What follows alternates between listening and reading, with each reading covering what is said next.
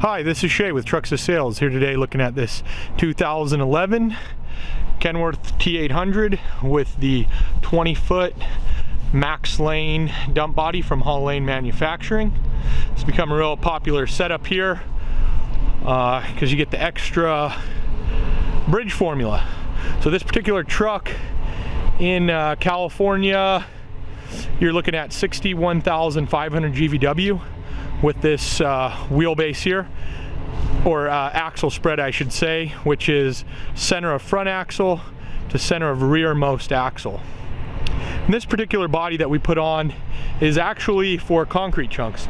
Most of them are sand and gravel beds, but this one got a little thicker walls, 1/4-inch floor, 3/16 sides, and that's all the hard ox 450 steel. Got the reverse lights there. There's a lot of plate options, hitch plates, all that different stuff that can still go on this. You still can tow a trailer with this configuration. Got the hard ox wear plate, hard ox 450 there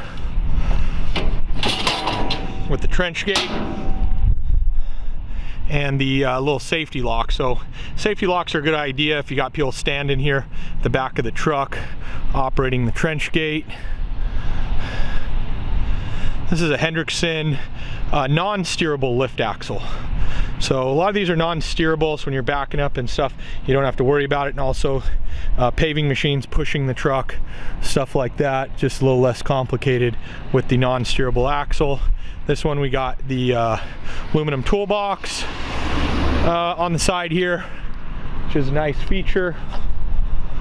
We got about a 3-foot gap here between the cab and the dump body, just to get that extra bridge formula. And we can make these beds longer as well, but this 20-footer is about as short as you want to go with this wheelbase, because you got to still get weight on the front axle. Then we got the heavy duty Hiva hoist here. You could basically fill this bed all the way till the dirt's flowing off the side, and this Hiva hoist will put this bed up in the air. So one of the things with these trucks, normally we try to spec them with the smaller engine. This one has the big block Cummins ISX 15 in it.